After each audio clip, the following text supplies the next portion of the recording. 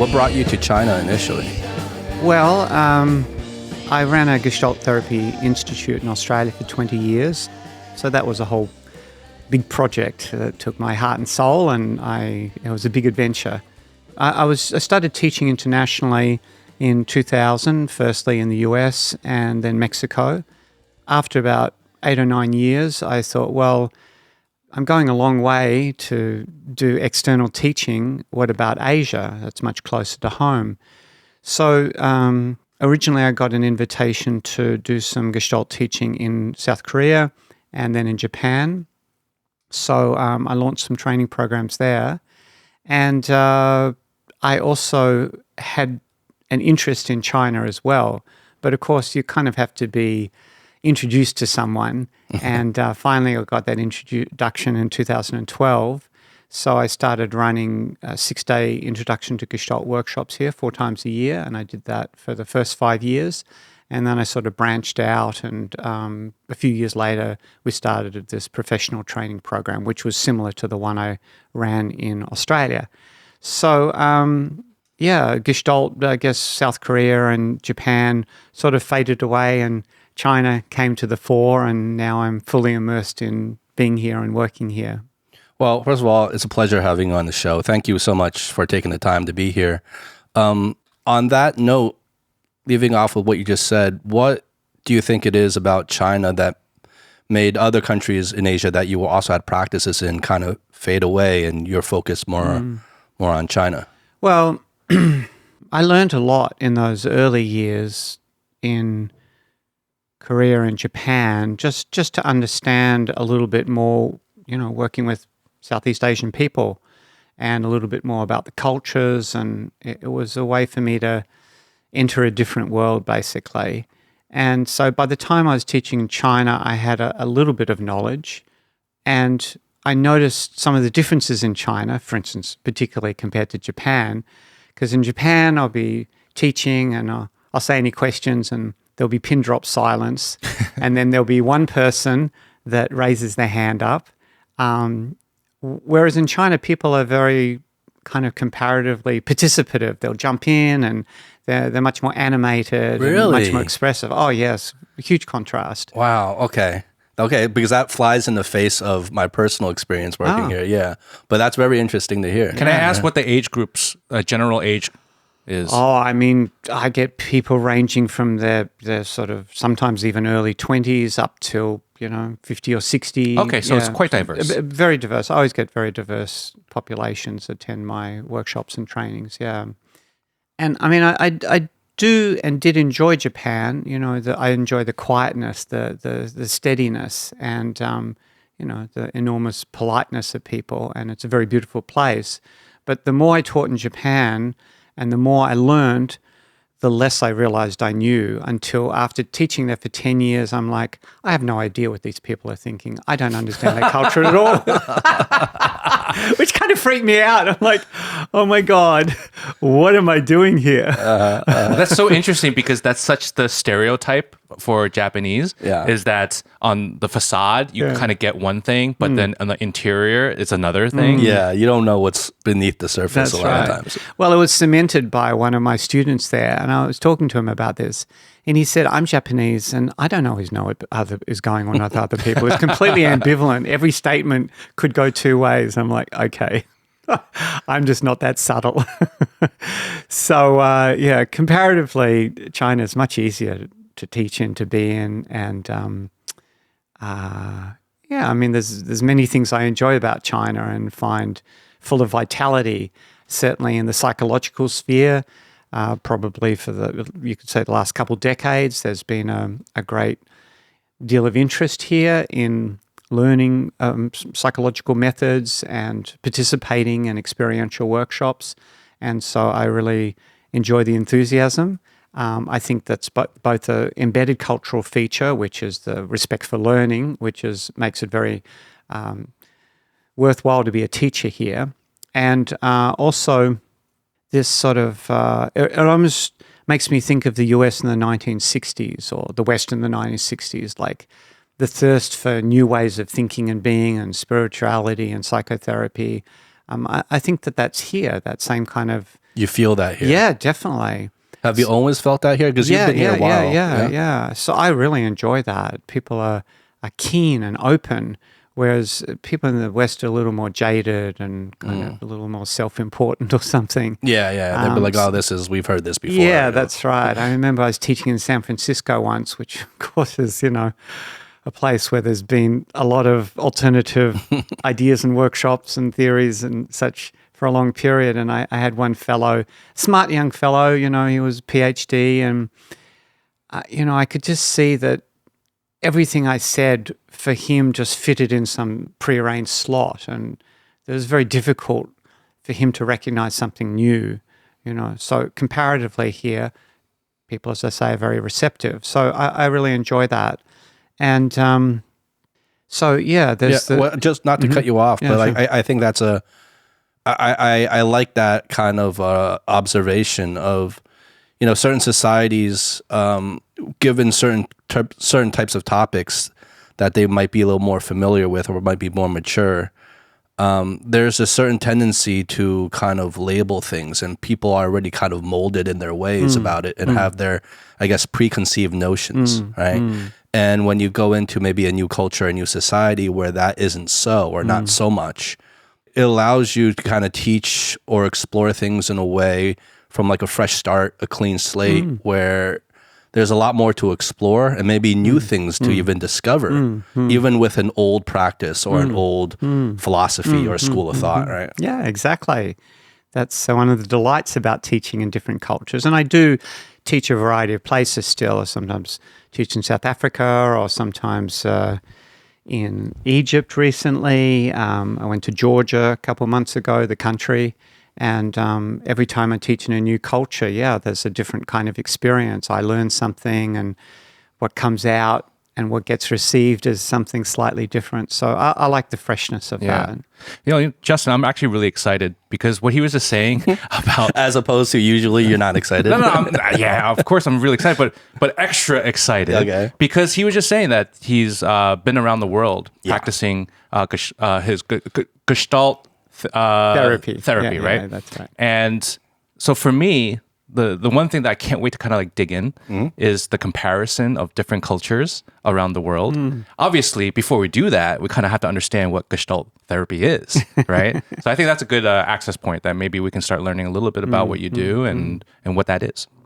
Yes, well, it's always difficult to put Gestalt in a nutshell because it actually derives from a number of sources. Gestalt's not I always say it's not a paint by numbers type of psychotherapy. It's not like something like NLP. You learn the techniques in 10 days and you get your master's certificate. I mean, Gestalt therapy takes 4 years before you even graduate, and then you're just launching, because it's about absorbing sort of certain principles and core understandings. And so one of those traditions is the Western philosophical tradition that derives from phenomenology, which was developed in the late sort of 19th century. People like Husserl and a number of other teachers, Brentano and such, who actually influenced the Gestalt psychologists at the time, but they also, Freud, for instance, went to those same lectures. So the phenomenological approach is distinct because it differs from what was emergent in the 19th century, which was the march of progress and science, which was triumphant, and new technologies and new ways of thinking and rationality. So the phenomenological method, rather than like the scientific method, values, for instance, objectivity, it values repeatability, whereas the phenomenological method is interested in uniqueness. It's interested in subjectivity. So, for instance, if we take a label like depression, which is it's a way of categorizing certain kind of human phenomena. People feel flat, they find it difficult, they feel heavy, etc. And you can go to a diagnostic criteria from DSM-5 and you can read the criteria and you can test someone, you can say, you've got depression, you don't. So that's fitting someone's experience into a model. Whereas the phenomenological method says, okay, well, you say, or someone else says you have depression. How do you experience depression? Because you see, every single person on the planet who has depression experiences it differently. It's quite unique. And so I'm much more interested in the uniqueness of people's experience rather than fitting them into some pre-assigned theory, category, or label. So that's the phenomenological tradition. And the derivative of that, for instance, is Fritz Perls, who founded Gestalt therapy. He called Gestalt the philosophy of the obvious, which means that unlike a sort of a Freudian analysis where you're trying to get underneath and find out what's behind and at the bottom of the iceberg. The symbolism of it. That's right. Yeah. You know, what we're doing is we're looking on the surface. We're saying, you know, I see you have black hair, or, you know, I see you're wearing a blue T-shirt. These things that are obvious, which you go, well, so what? And yet the phenomenological method, when you start from there, you know, I see you have a wristband on. When we start from there, the magic is that you very quickly go deeply without trying to do any analysis at all. So, because what we're dealing with is phenomena rather than theories. Theories are fascinating. I love theories. You know, I love learning about theories. I like teaching them. I like discussing them. And yet, the theories get in the way of actually seeing the person and their uniqueness in this moment. So I've got to kind of set all my theoretical knowledge aside to see you, to understand you, to find out about you. And rather than quickly fitting what you tell me into some sort of description, I just want to find out how it is for you. So dreams is another example. You tell me a dream. Now, if I'm going to do an analysis of the dream, I'll say, well, you're dreaming about horses and this is what it means according to predetermined criteria. But a Gestalt approach is, tell me about the dream. Okay, tell me about yourself as the horse. You know, what kind of horse are you? Oh, I'm a steady-going horse that just likes plodding along. So I immediately start finding out about you. And that's the whole process of Gestalt, is to understand who you are. Because although if I say, well, you know, what kind of person are you? You'll give me some description of yourself. You'll say I'm an outgoing person or I'm an introvert or whatever. And those are, you know, that's a starting point. But what we want to do in Gestalt is a kind of what we call existential inquiry, which is like, well, yeah, and who are you? You know, what makes you tick? And I want to know, I really want to understand the inside of you, because the more I understand you, the more I can relate to you, the more I can what you're struggling with makes sense. And that also helps you understand yourself more. Because when we're in a dialogue, when we're having a discussion about this, the things that you kind of already know something about yourself, they become more evident in a relationship. Now, you know, if you're married or in an intimate relationship, you know this because you think yourself a certain person and then your partner says something else and you're offended or you're angry or something. But, you know, they see something in you that you don't, positive or negative. And so we learn about ourselves through that sort of interchange. And that's also a part of Gestalt, is the dialogue and the emergence of a kind of a deeper understanding through this process of dialogue. Well, do more theory-based practitioners not take that approach in terms of dialogue? It feels like I'm talking as an outsider. Sure, I don't know. Sure. But it just feels like dialogue it seems to be inherent in all sorts of psychology and psychotherapy, no matter what school of thought you belong to, no? Well, sure, but there are different kinds of dialogue. And if we talk about, for instance, let's categorize vertical relationships and horizontal relationships. So horizontal relationships are peer relationships with your friends, with your family. Vertical relationships are relationships that involve some kind of authority. So a parent, a teacher, an instructor, a therapist, perhaps. So in a vertical relationship, we have less experience, less knowledge, and somebody else has more. And that's, you know, what they're offering us is their knowledge or their experience, and we're learning something from them. Or if it's a boss and employee, we're being directed by them. So a professional relationship is generally vertical. That's why you go to a professional, because they know something and you don't. You need advice, you need help, you're stuck, whether it's a technical matter or a personal matter. And that's why people pay money, because they want something back.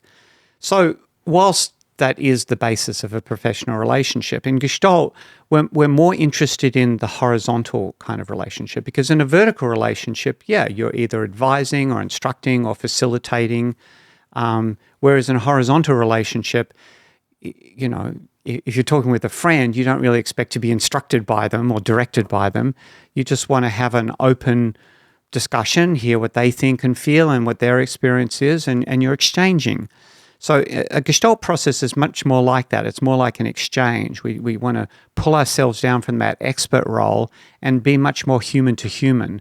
And that produces a particular kind of insight that's different than that sort of top-down, analytical, instructive, educational insight. If I were to break it down, I mean, I might be oversimplifying this, but I'm just trying to get it to the most simple way from a normal person.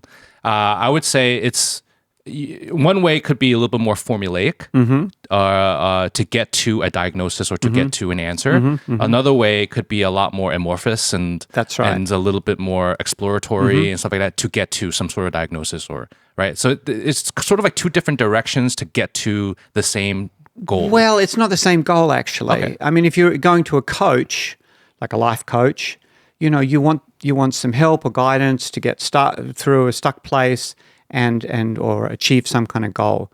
But Gestalt is known as an existential approach, which means that, frankly, we're not trying to get anywhere and we're not even trying to fix people up. Like I say, we're much more interested in who is this person. And the more that you understand yourself and the more that you can own who you are, the more that you can find your own resources and you don't need fixes or solutions or diagnosis. It's just understanding. That's right, yes. But not cognitive understanding. I mean, cognitive understanding is one thing, but the kind of understanding we're looking for, we call embodied understanding. That is understanding that includes feelings. Because the understanding that synthesizes feelings is much more, it goes much deeper. I can give you an insight about yourself, but you walk away and in 10 minutes or 2 days, that's going to fade. But when you have an experience that includes an emotional component, that tends to stay with you. You might remember it all your life or something if it's a significant experience. So that's what we're interested in doing is leading people into these significant experiences. And we do that through what we call the Gestalt experiment. So this is derived from a guy called Marino who developed something called psychodrama. So what he did is he took the events in people's lives and kind of made these, psychological dramas about them. So in Gestalt, what we'll do is we'll take some theme or issue that you're struggling with, whether it be an addiction or whether it be something in a relationship. We'll bring it into the room, into the here and now, and we'll say, let's explore this. If you jam up, you freeze up every time you're with a group of people and you just, you get too scared to say something. So, let's put a bunch of pillows there and imagine that's a group of people and stand up. And what are you feeling? Yeah, well, it's just a bunch of pillows, but I still feel some of that panic feeling, because our imagination makes it very real. Okay, so take some breaths, settle yourself. Let's just walk around the room. Let's, help you get grounded. Okay, come back. There's the group of pillows. So tell me, what is it you'd like to say to them? What's the important thing you want to communicate? Okay, now, would you be willing to say it to the pillows, to practice it? So what you do is it's like you take people through whatever the stress is with a component of support so that they have a new experience. So then they talk to the pillows and they get to experience voicing themselves rather than just freezing up. So, when they come to talk to a group of people, having had that experience of actually finding some mobility within themselves, it's more likely they're going to generalize it and be able to do something different, to unfreeze themselves. So Gestalt is also very practical. It's not just some abstract, existential concept. It's really about helping people do something different in their lives. But the Gestalt experiment means we can actually play with it. We can do it in the here and now rather than just talking about it. Because, you can talk about things endlessly and it's interesting and maybe entertaining and people can tell you stories about this or that. But it's only when you have the experience that you get some transformation. So you really start internalizing. That's right, it, right? Exactly. Interesting. And so in terms of how prevalent is this sort of therapy in just generally speaking? Well, it was one of the original therapies in the 1950s. That's when it started. One of the original humanistic existential psychotherapies. At that time, there was a very small number of therapies. So Gestalt's quite foundational. It became very popular in the 1960s, particularly Fritz Perls being at Esalen, which was quite a center of all that type of activity, and a lot of people came to witness his work and learn from him. And since then, 2026, there's just a plethora of many, many different psychotherapies, a lot of which draw roots from things like Gestalt. Gestalt has continued in its popularity, but, there's so many other therapies now. The thing I didn't say is that I mentioned the Western philosophical tradition, but Gestalt also draws on an Eastern philosophical tradition, which includes both Zen and Daoism. And those roots are just as relevant as the Western ones. And because of that, particularly, I think Gestalt in Southeast Asia, in China, is quite easy for people to understand in some ways. Because, for instance, there's the concept of Wu Wei, in the Tao Te Ching. And you read the Tao Te Ching and you're like, yeah, that's beautiful poetry, or that's quite, mystical sounding. But what does that mean? Or how does that guide me to live my life? So Gestalt therapy, in a way, is how to live a Taoist life, how to be in a flow, how not to push things. Because in Gestalt, we don't like to push resistance. If someone resists, we're not trying to break down the resistance. We honor the resistance. We're like, oh, well, tell me more. Why don't, what is it about that you don't want to do? And so, yeah, Gestalt flows with. And as a therapy, it's very smooth to practice. We're never pushing. Go with the flow. That's right. Yeah, exactly. So this has these Taoist roots, and also Zen practices awareness and the kind of, these days mindfulness is very popular. It's very accessible. So mindfulness is the practice of awareness, basically. And so that's really at the roots of Gestalt. It's embedded in how we work, is working with awareness. We say, as you tell me about your father beating you up, what do you feel right now? What do you feel in your body? What are you aware of? This is what I notice. What do you experience? So we integrate awareness not as a spiritual thing, but as something embedded in the psychological process. So that's something that I always found quite fascinating. And particularly since coming to China, I can really see how it's connected with, many things that Chinese people intuitively understand, or understand through the deep and long history of the culture here. Yeah. You mentioned before in terms of, the roots of Gestalt, and you see nowadays in modern day, there's all these different forms of schools of thoughts and therapy and practices and buzzwords of mindfulness and things that are going on. For someone like you who's been, practicing therapy, most of your life, what do you feel about the current state of ideas in the world in terms of therapy and psychology and all the things that we were talking about, and also how it's disseminated through social media, video platforms, things like that? Do you feel that the message or the signal gets a little bit muddied, or do you feel that it's a good thing that people have all this access now? I mean, I think it's great that there's lots of forms of therapy, different forms to suit different people. I think the variety's fine. And many of them are very sincerely practiced or explored by the practitioners.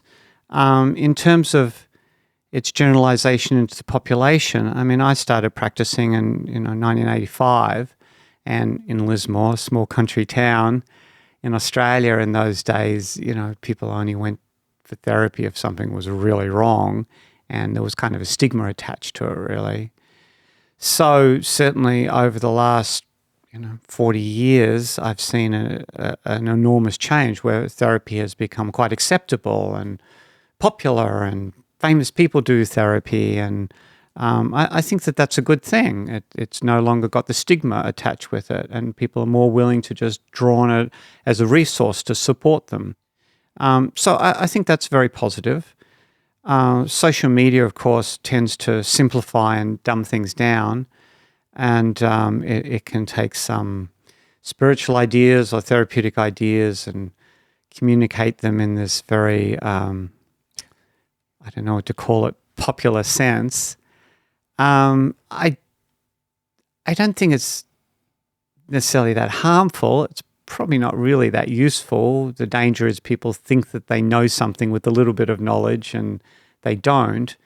But I mean, you know, in any age, people will take complex concepts and simplify them and maybe bastardize them to some degree. So it's just, you know, I guess the thing now, of course, in 2026 is the advent of AI. And I think that's where things get more problematic because even some of my students, I was just talking to them last week, they're consulting AI about matters personal and professional. And I'm like, well, you know, AI is useful for knowledge. I mean, it's amazing synthesis of knowledge, but it has no wisdom whatsoever. And if you invest some projection of wisdom, you know, you're misguided because it can't give you wisdom. I mean, it can reflect things back to you, perhaps usefully. But for instance, some of the students were talking about, they have, you know, one student had a client who was going through some emotional difficulties and she asked AI for some advice. And I said, AI cannot possibly give advice about emotions or working with someone with emotions because AI doesn't have emotions. It just has a lot of, you know, ones and zeros that add up to... It can mimic emotions, but it doesn't actually have. Yeah, it's complex patterns. At least not yet. That's right. So, you know, there's a seductiveness where it appears because it can mimic empathy. It appears that it's listening or that it's, you know, but really, ultimately, mostly what it's doing is it's reflecting our own preferences or biases and adding some information, not all of which is always accurate, of course, and recognizing sometimes certain kind of patterns. Now, the pattern recognition thing, I think is great. It's very useful. But I think that's where the danger is. And people are turning, for instance, to AI as some sort of consultant. And I just don't think that's useful. I think it's useful as a source of pattern recognition, but as a consultant, as in helping you with your personal problems, I think it's important to recognize its limitations. And a lot of the people there's around already me, been some, you know, scary stories of real life cases of. Yeah. You know, a couple that I've heard about were suicides from people who were, and then it was later found out that they were communicating with their AI, their chatbot. In one particular instance, a kid, you know, he was clearly kind of crying out for help, and he consulted his AI chatbot about, I'm thinking to hang myself, but do you think I should leave the noose out where someone can see it first? You know, clearly a cry for help. And the chatbot told him, no, don't show anybody. And he ended up hanging himself. Yeah. Another one was, you know, people are forming relationships with, romantic relationships. I heard about a kid killing himself because his chatbot broke up with him. I mean, it's scary. I mean, of course, these, you know, you're always going to hear like the worst nightmare stories, right? And it may not represent or reflect maybe the broader whole, but it's scary to think about in just kind of the early days of what's happening. Yeah, I think this topic is quite deep. As somebody seeking advice using AI as a therapist, which is what we're talking about now, which is very dangerous, and I agree with you on that. And there's a lot of samples with that. But I think also you can even go deeper because it's not even... You have people that are really, especially younger people, that are using AI as a friend, as a lover, as a therapist. But you go even deeper than that. You have just regular people using it just for information seeking, right? But because the tonality of the conversation is very humanistic, it almost becomes like a friend, even if you don't think so. And what I mean why that is a dangerous path is without... I'm giving specific examples. It could very be like I'm having a conversation with you and you're saying, well, yes, I consulted with my AI and this is what the AI thinks and this and that and this and that, almost becoming like the mentor. Yes, exactly. And when that becomes... Or the authority figure, right? Or authority figure. And when that becomes sort of like less opaque, and you use that almost like a crutch, then it becomes dangerous because we're not at that level, like you alluded to, Justin, where AI is the all-knowing, emotional, human connector that these people are saying that's going to become. It's not there yet, not even close. But a lot of people are treating it that way, and that's the danger zone. And that's where you get into the question of, well, okay, well, are we losing humanity? What is humanity? I mean, that's like a whole nother layer that I feel like is such a deep layer. Well, what does it mean? Even going back to Yeah. the theme of relationships, it's like, what does that mean for Yes, relationships? what is a relationship? Yeah. What is a relationship And anymore? sure, there is a type of relationship someone has with a bot, which to some degree can be useful, but the projection, the mistake of, it's like, I mean, I don't want to offend pet owners, and sometimes people anthropomorphize their animals. Yep. You know, they make them into something the animal's not. Dogs are amazing. Cats are amazing creatures. You know, I respect their existence and what they bring to people. But when you start layering human qualities onto them, which are not there, they're animals, and they respond out of their animal nature, which often, you know, can be very kind. But it's that projective mechanism where we need to make other people or objects around us to fit our own needs. And I mean, that is a basic kind of human distortive process, which occurs whether for it's ages, right? Since the dawn of mankind, we want to liken everything to us, right? Yeah, that's right. Even when like the first loom came out, like the loom where you're like knitting fabric, it was like a new invention at the time. It was high technology for that time, and people were likening that to the brain. Same thing when the calculator was invented. Oh, that's like the brain, and they want to liken everything to like a humanistic quality Yes, of that's ourselves right. because. You know, whether we mean to or not, we have this tendency to put ourselves at the center of everything. Exactly. Yeah. Yeah, that's right. So I think that's a kind of fundamental issue that's underlying what we're talking about. And back to psychotherapy, that's also what I'm working with people often is the difficulty of seeing the other person other than through your own lens. You know, we all have some level of that challenge. And so AI is a particular category. We want to see it as a friend rather than what it actually is.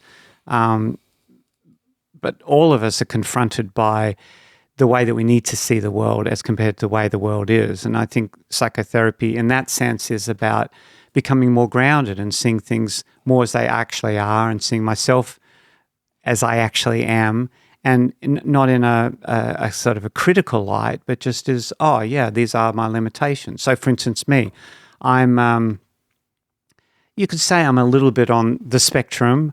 I'm not like autistic, although I think my father was probably, I'm sure he was like Asperger's or something, because he, as much as he was a very genial person and he liked conversation, he really had a great difficulty in understanding someone else's emotional reality. He just, I don't know, he just didn't seem capable of it, even though he had a lot of good intentions. So, you know, I myself have quite a sort of a narrow focus. I don't have good peripheral vision, you know, emotionally or socially. And, you know, that's a problem, of course, sometimes. What does that look like, though? I'm not good at picking up, you know, peripheral clues. Clues I'm and stuff very like that. literal. You know, someone Very tells me something, I'll take it literally. If they want something and they tell it to me, I'll follow it literally. But I'm not good at the impressionistic thing. So, you know, that's one of my limitations. Now, it's kind of been a problem in relationship, as you might imagine. But these days, when it happens and someone gets offended, I simply say, yeah, that's me. That's what I do. And I can understand how that's annoying for you. I feel like that's something that you always call me out on. What? Because you always say that I'm, you know. I say you're oblivious. Yeah, I'm Oblivious. oblivious. Yeah. Well, that's sort of oblivious.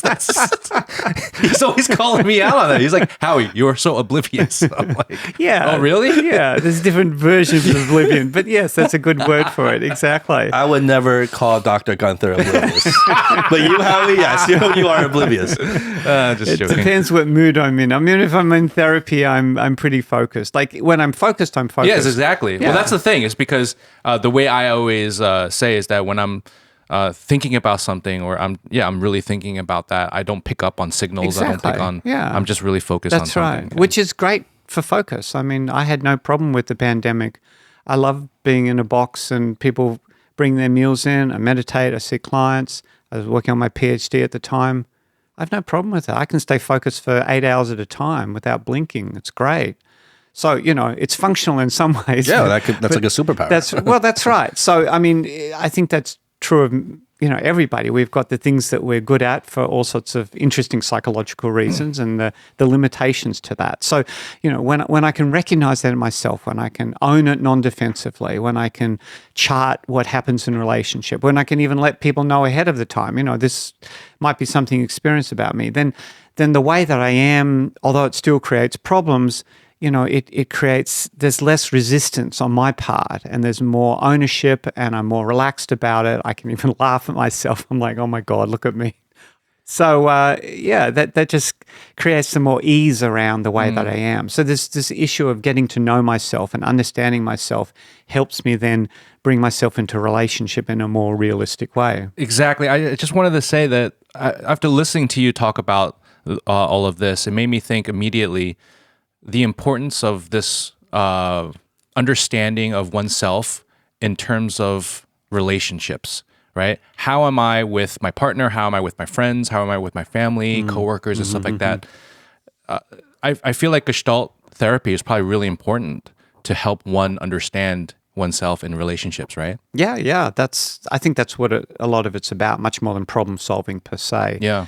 People come in and they're like, oh, my wife thinks I'm this or that. I'm like, well, I'm more interested in what your experience is and what you recognize in yourself. And let's talk about that. And, if your wife thinks you're too explosive, okay, I'm interested in your explosiveness. What do you understand about your explosiveness? And particularly, how do you experience your explosiveness? And so, we move away from the external descriptions to the sort of heart of things. And then, as I say, people can get to know themselves and not just through their cognitive understanding, but, know themselves much more deeply. Yeah, I think that makes perfect sense. When we think about it, so much of therapy no matter, I think the school is people trying to work out issues with their relationships in one form or another. And I think the thing about that, maybe one of the pitfalls is that we're always desperately trying to look for an answer or a fix, a fix all to something to help my relationship, right? But when we think about it, relationships are so complex, ever evolving, and you're dealing with two separate humans, or maybe multiple humans, whatever it is, and consciousnesses and the way people are. It's almost a fallacy, I think, to try to look for an answer to fix whatever problems you have. And it's more about, I think, what you were saying before, it's more about the study and analyzing of awareness. And I think so much when I think back personally to of relationships I've had in the past or current relationships in my current marriage, a lot of issues we run into is that whether it's the awareness of the partner or my own self-awareness that gets in the way sometimes, where I feel like, oh, you're doing this, but you're not aware that you're doing this or you're acting this way.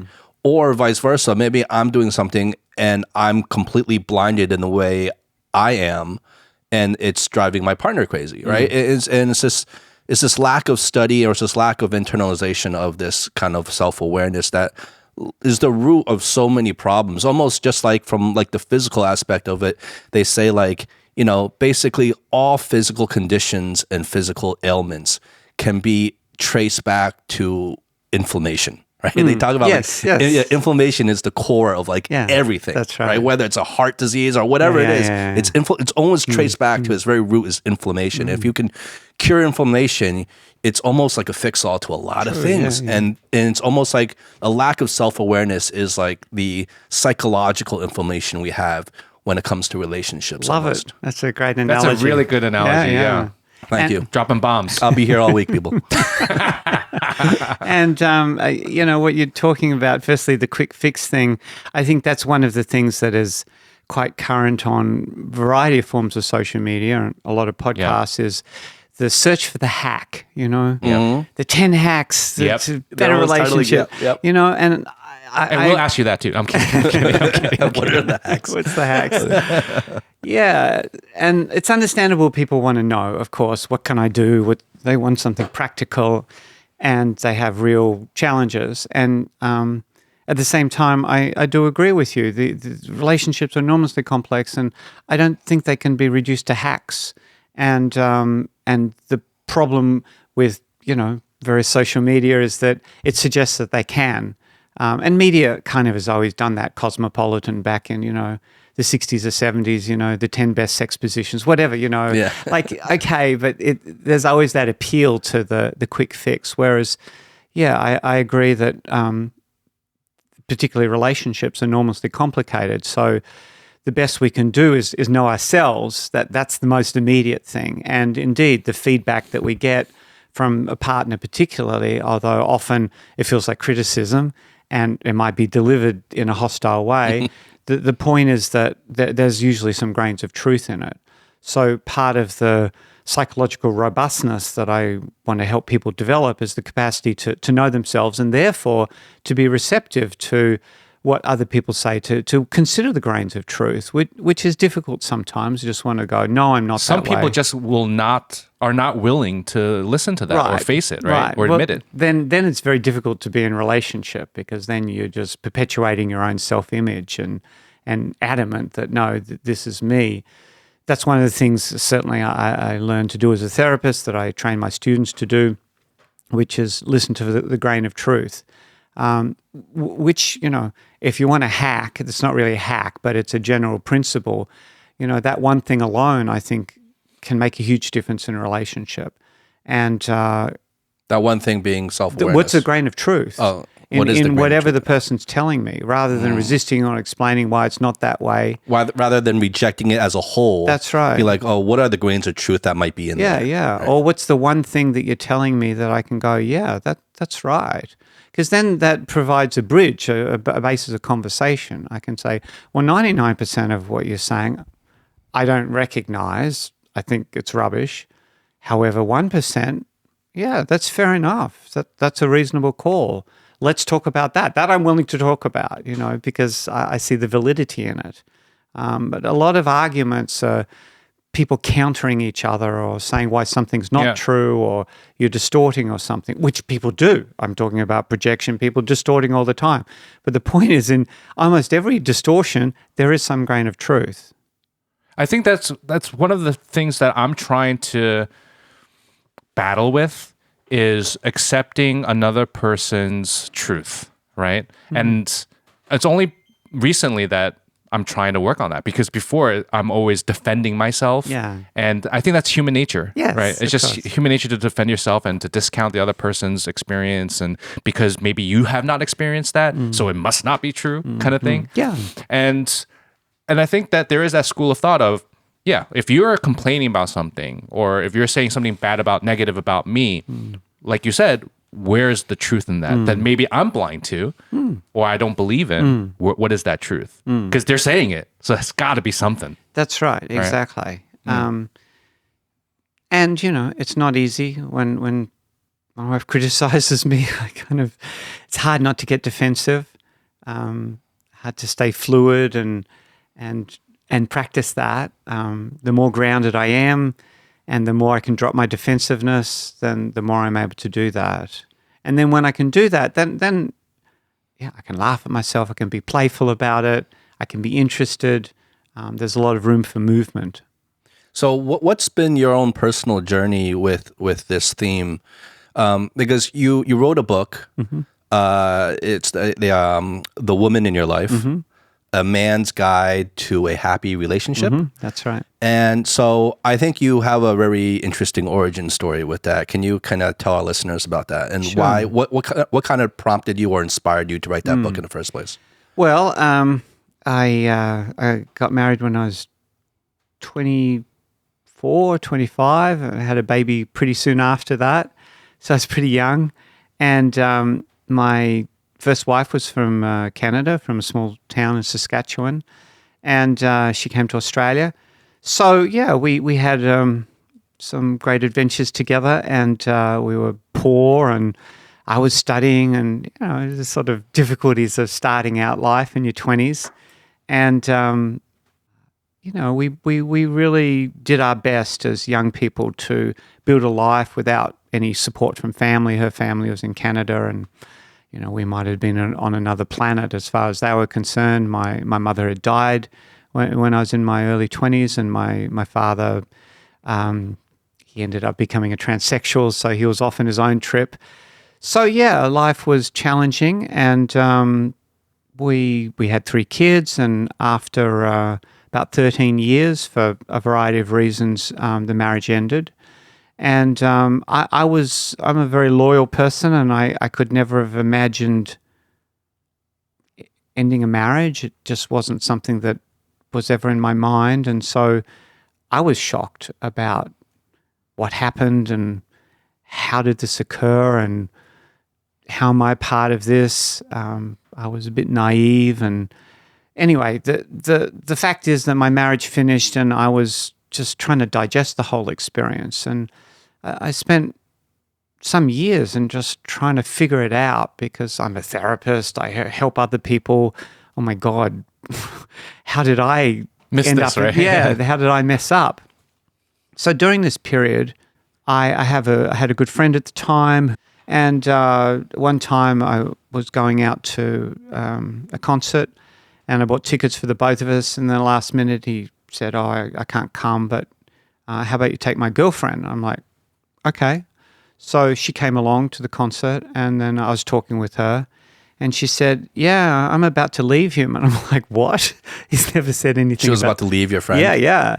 And I said, "Wow, he never said anything about this to me." And she's like, "No, he doesn't get it." And I'm like, "What?" Because she was beautiful, she was smart, like, wow, great woman, he's about to lose her. It seemed very tragic to me. And I said, "Why?" And, she kind of explained there was things that weren't working and he wasn't really listening to her. And as she explained each piece, I'm like, yeah, well, okay, I can see how that's a problem. I can see how it's a problem that hasn't been addressed and he hasn't been paying attention to you're raising these issues and he's avoiding them and now here's this point. So it really triggered something in me because I guess I was interested in, well, what did I miss in my marriage and what were the signs that I wasn't paying attention to? So I went to bed that night and I just woke up and in the morning I'm like, it's like the book was just there in my mind and I just sat at the computer and I just wrote for like 8 hours straight without stopping. It was just all poured out. And I guess that was my reflections about relationship and particularly, what I had missed and what I wasn't paying attention to and the ways that I hadn't listened to my partner. All of it was just stimulated by what she had told me. So that was the core of the book. And then I spent another probably 8 or 9 years developing it and got it published and things like that, added a lot more material in there. So, what I poured into that book was my own learning because I'm like, well, us guys, I think, perhaps we tend to make the same mistakes in a relationship and maybe what I've learned can help other people. So I synthesized my therapeutic experience, my personal experience, and tried to create this sort of advice manual for men because a lot of books written, a lot of guff, a lot of filler, and I just like things that are straight to the point. So I tried to create a book like that. So that's the basis of, the book. I mean, looking back, and I'm sure since writing the book, and now maybe you have some more learnings or more observations. In terms of, let's say, your typical traditional relationship, right? Romantic relationship, let's say, what do you take away now? Like how has it evolved? What are the kind of pitfalls you think that kind of resonate through cultures, no matter what, country or part of the world you're in? What do us as guys, like what kind of advice would you give us guys in terms of helping our relationships? Well, we're talking about awareness before. The basis from my point of view of awareness is also especially awareness of what my feelings are. And, as guys, we're kind of variously socialized out of feelings or sort of perhaps more vulnerable feelings, don't cry, etc., toughen up. And so then those feelings, we learn to hide those feelings from ourselves and others. So I think one of the first steps is that to become willing to be aware of your feelings, to pay attention to them, to be able to recognize them. And a lot of times when I work with guys, I'll say, something bad happened, they got fired or whatever. I'm like, what are you feeling? They're like, oh, not much. You know, like, okay, I need more to work with than not much.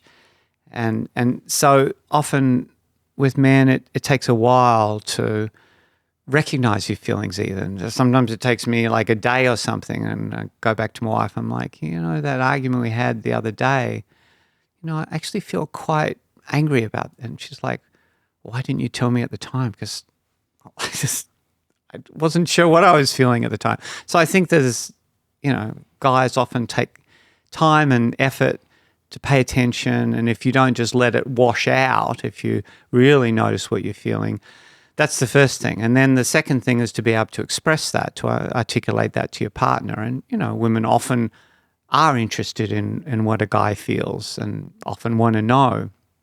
So those are two basic ingredients. Yeah, I think that resonates with me in my personal experience. I think, you know, the typical and obvious issue that you alluded to on the first step was, you know, a willingness to even talk about it or even, you know, express. That's one thing. I feel like that's an easier barrier for me, although sometimes it's not so easy. The hardest thing for me is, even if I wanted to express some of my feelings sometimes, it's really hard for me to articulate it and to define what it is, right? Like, I don't, you know, sometimes like you might kind of feel something, but you don't even know what that feeling is. You don't know what it is exactly. And like, if there was a color to it, you wouldn't even know what color it was, right? Like, you just don't know. And it's like this thing that's just there, and it's so hard to describe sometimes and to bring out kind of like the front part of your brain to like even elaborate and describe. Yeah. And that's usually the difficulty for me. Yeah, no, I think you're right. And I think that's a very common challenge. And so sometimes what I do to make it easier for guys is I say, okay, don't worry about describing your feelings. Just tell me your sensations. Like, do you feel tense? Do you feel heavy? Do you feel shaky? What's going on in your body? And so sometimes that's a lot easier. And they go, oh, well, I feel a bit twitchy in my leg or something. I'm like, okay, well, that's a good start. Because if you can notice the physical sensations and stay with that, just stay with the awareness of that, not try to distract or think too much, then that usually starts to sort of bubble up, if you like, and it becomes a little clearer, especially in a therapeutic process, what that twitchy leg is related to. Something, you know, maybe you're nervous. Oh, It's like the beginning of a thread you start that's right, pulling. exactly. So, you know, that's a good place to start. And sometimes I do that. Sometimes if I'm not sure what I'm feeling, I go, okay, well, what's the sensation in my body? I mean, how much of this do you personally relate to in terms of your learnings from your previous marriage? Like, what were your learnings from that, from your own kind of like, you know, you said you poured everything out, reflecting back on it. Like, you know, what did you take away? Well, there's a lot of things. I think I was a stubborn young man. I think most young men are somewhat arrogant. I was certainly arrogant.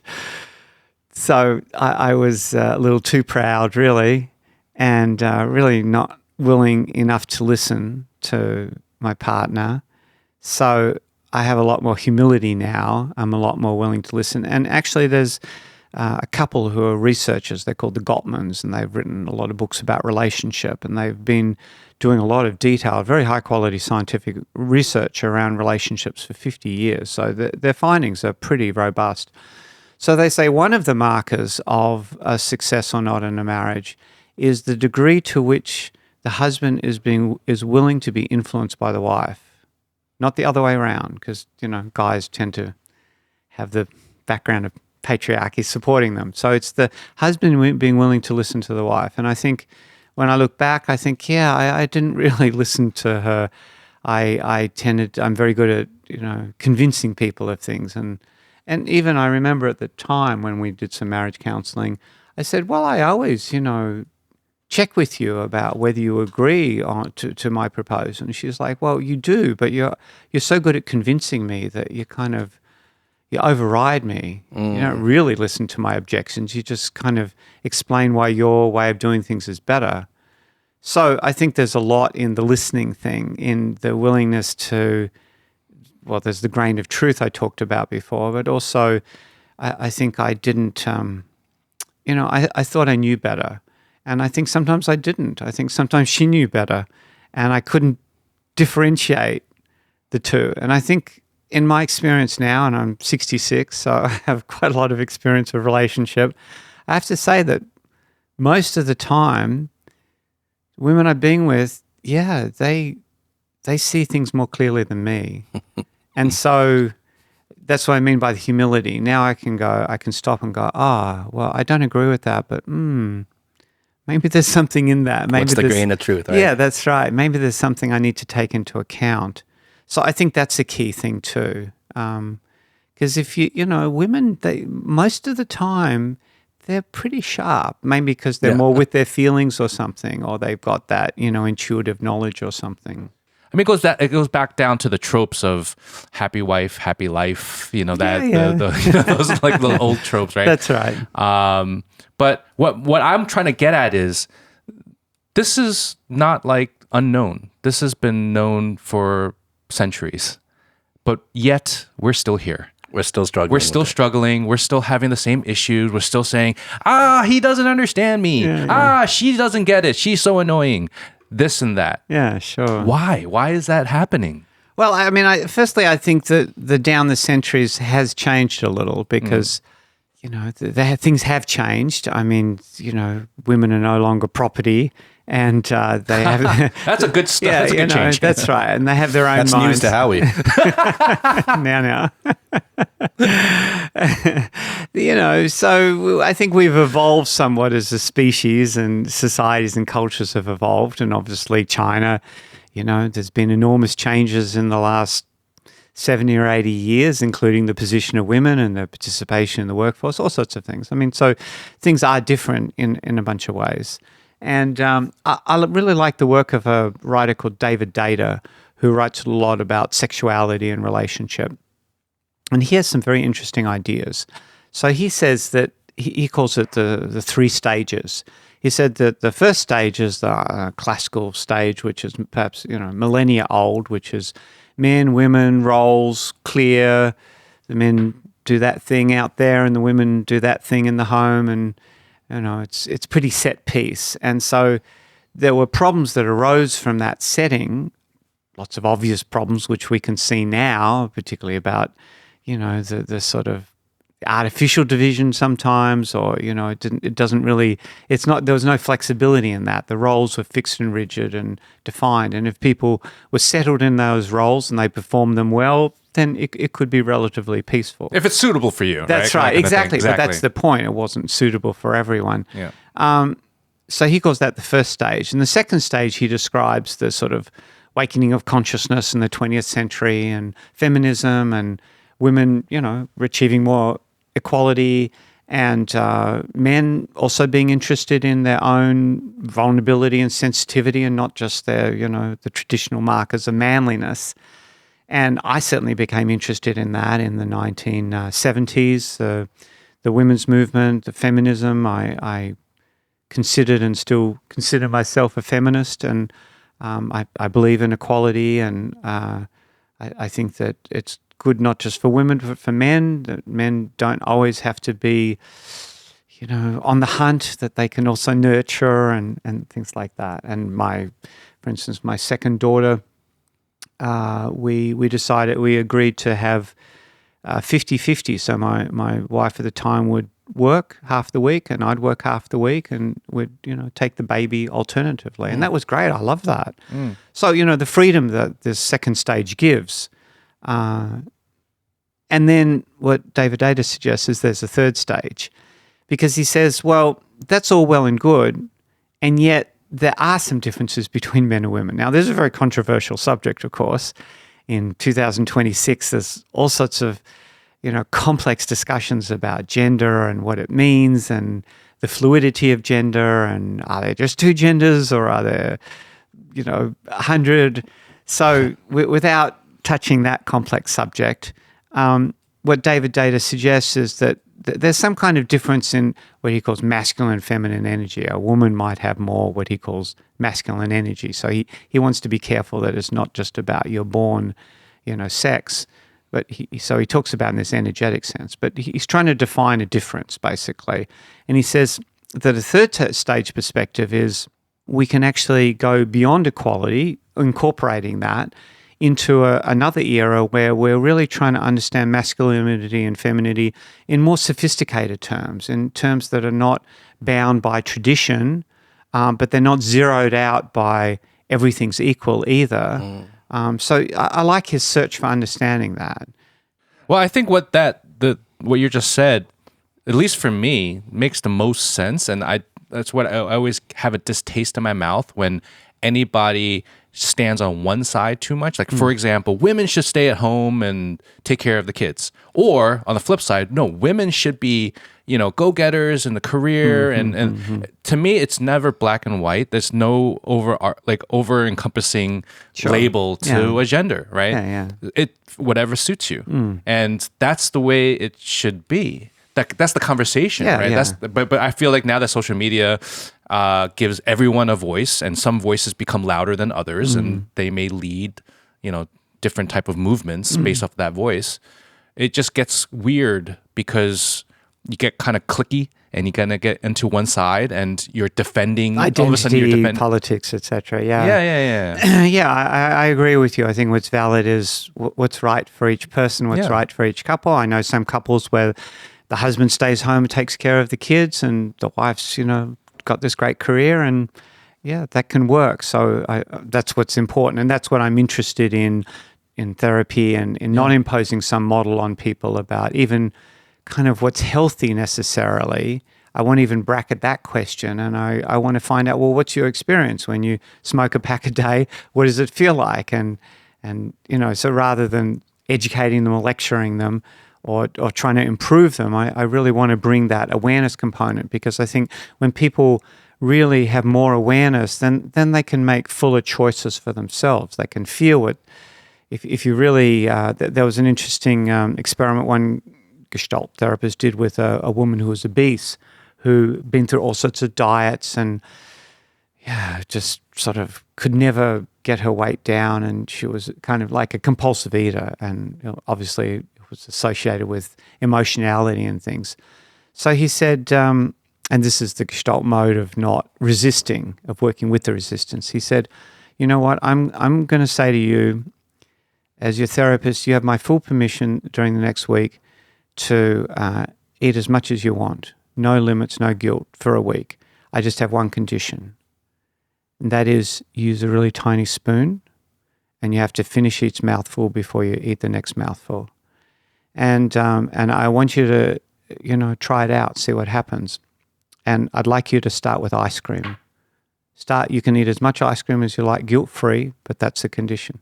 So she came back the next week. She said, oh my God, I used a little spoon. I finished one mouthful before the next.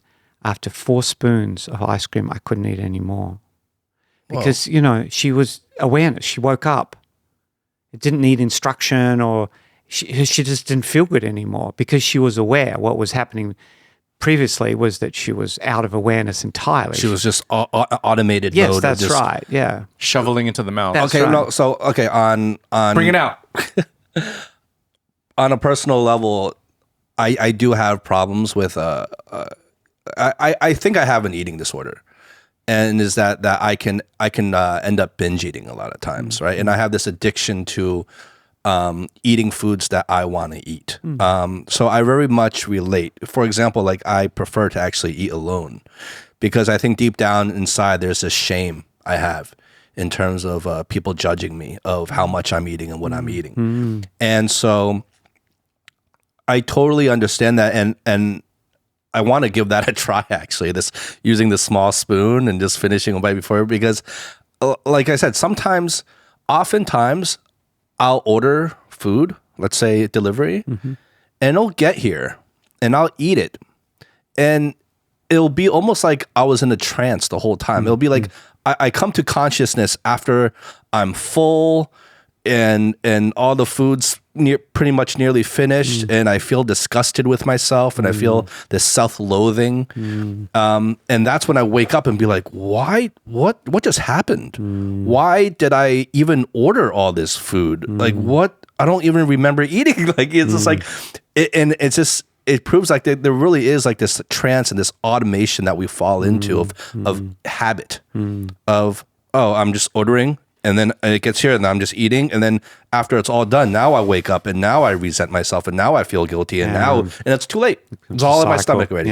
And so, I think it falls back on this bigger theme we're talking about is this awareness piece of it, that's deeply rooted in the Gestalt school of thought. And I do I'm not trying to make a point. All I'm saying is I want to give that a try. I want to try the whole small spoon thing. I think that might help. Actually, sure. No, I appreciate you talking about it. And as you say, there can be a lot of shame associated with that. Which, anytime shame shows up, that's like the most difficult thing, because shame is not just an ordinary emotion. It's called a social emotion, because shame is like a real signal that. We're no longer part of humanity. We're no longer part of the group. We're no longer part of, connected. We become disconnected and isolated, and so shame is a signal that, whoa, I've gone too far. So shame is very, very painful to deal with anyone, and it's even hard. Shame is kind of, in a way, the hardest thing to become aware of, because it feels so bad. Something happened just last week, and there was some misunderstanding that a colleague had, and she wrote me a very stern letter, and even though she had agreed to participate in something, I had misunderstood her, and I thought, well, she had agreed to participate, but she's European and she expected me to sort of go through this whole protocol, whereas I just assumed that was it. I had a consent. So she wrote this very confronting letter back, and I felt this sort of wave of shame when I read the letter, like, oh my God, I've really stuck my neck out and I've just gone way over the mark. And that shame stayed with me all day. I felt shaky. I felt a kind of a bit cold sweat feeling. I was kind of anxious about, oh my God, is this going to affect my reputation? And she even included a couple of other authoritative people in the email, and I just felt very exposed. So shame is like the worst feeling in the world, really. It's like the worst of anything. And so with shame, what we tend to do is we tend to like avoid awareness of shame because it's so horrible. And then whatever it is that the shame is associated with, then we're out of awareness and we're just doing that thing that often we don't want to do, or that is shameful. It becomes a downward spiral very easily. So, I'm very sympathetic with what you're describing, and I can appreciate how difficult that is, and I can understand, you're wanting to eat alone or something because of that. So I guess for me, this touches on this issue of shame, which is extremely difficult in any relationship. In couples' relationships, it's difficult because if often, people go to shame for whatever reasons, or we shame the other person, we criticize them in some harsh way or expose their weakness, and not only do they become defensive, but if they flip into this, awful shame feeling, then it become like bounce back and forth, because when you feel shame, it's so awful, you want to shame the other person, and you get all sorts of downward spirals go on. So your naming shame, I think, is a really important point, and I appreciate you coming forward to say so, because eating is one of those things that is often overeating is associated with shame. From a social point of view, whether you're a man or a woman, you can't control yourself, and you're fat, and all sorts of labels and negativity that ensues, and then it becomes harder and harder to stay aware because there's so many bad feelings. At the same time, there's hunger, and hunger is, talk about a basic, it's a necessity, it's a need. And the thing is that we're hungry for all sorts of things. We're hungry for food, and then as human beings, we're also hunger for connection and acceptance and validation. Love and validation, and those hungers are also important. And often when some we call them relational hungers are not met, then the hunger goes into something else, sex or food, because we're still hungry, but we're not able to meet it in that sphere. So often, Is that part of some, like, the root of some addictions that people have? yeah, that's right. Because addictions often are quite oral too. You're putting something in your mouth, for instance. And so therapeutically, then I become interested in hunger and other than the food, what else might you be hungry for? And it might be, your life's reasonably satisfying at the moment, but there might be some deeper hungers which perhaps in other areas of your life or in your family or something were not met, and they leave a kind of a permanent hunger that's hard to fill, even if you're getting nourished by the people around you. Yeah. Interesting.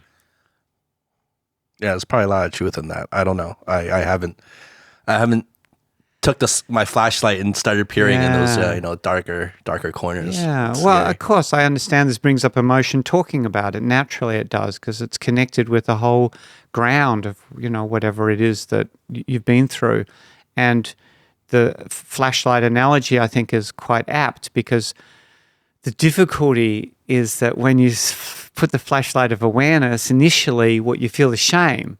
So hence it's natural that you go into a trance because you want to avoid awareness. And so that's a resistance to putting awareness on there, or even to going to therapy, because there's a fear, of course. I'm going to put a flashlight on this most sensitive, most shameful part of me or my experience. And so it's completely understandable in that sense that people avoid getting help because, they're afraid. And it's not until you might bring that to therapy. And I say therapy, I'm biased towards therapy. I think therapy is a good thing. I think therapy can achieve things that other things can't do as well. You can talk to friends, but friends have their limits, or they don't know what to say, or they bring out some internet tropes or things that are not that helpful.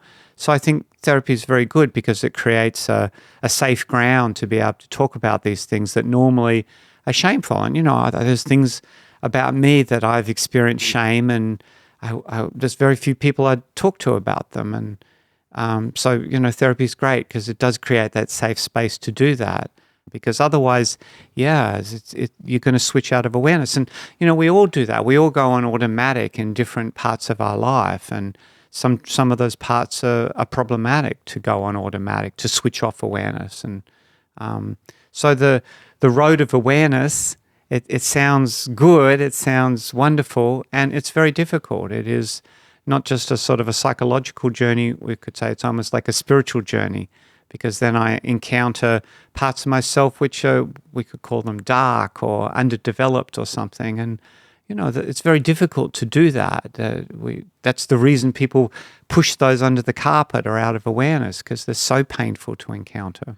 Yeah, does this relate at all to, because I know you've done work and you call it unvirtues. That's right, yeah. Is that what this is about? Yeah. Kind of exploring the worst parts about yourself? Yeah, it is. That's right. And often, interestingly, the things that we identify as being our virtues, so like I might talk about, for instance, I'm very persistent. I'm like really persistent. I'm like the most persistent person you know. And so, that's a virtue. It's great. No matter what happens, I'll keep going, and I'll keep going, and I'll keep going, and I just won't stop ever. So, that's allowed me to build my institute and achieve all sorts of things in my life, including overcoming some incredible hardships. I went through bankruptcy, all sorts of things. So that's a virtue.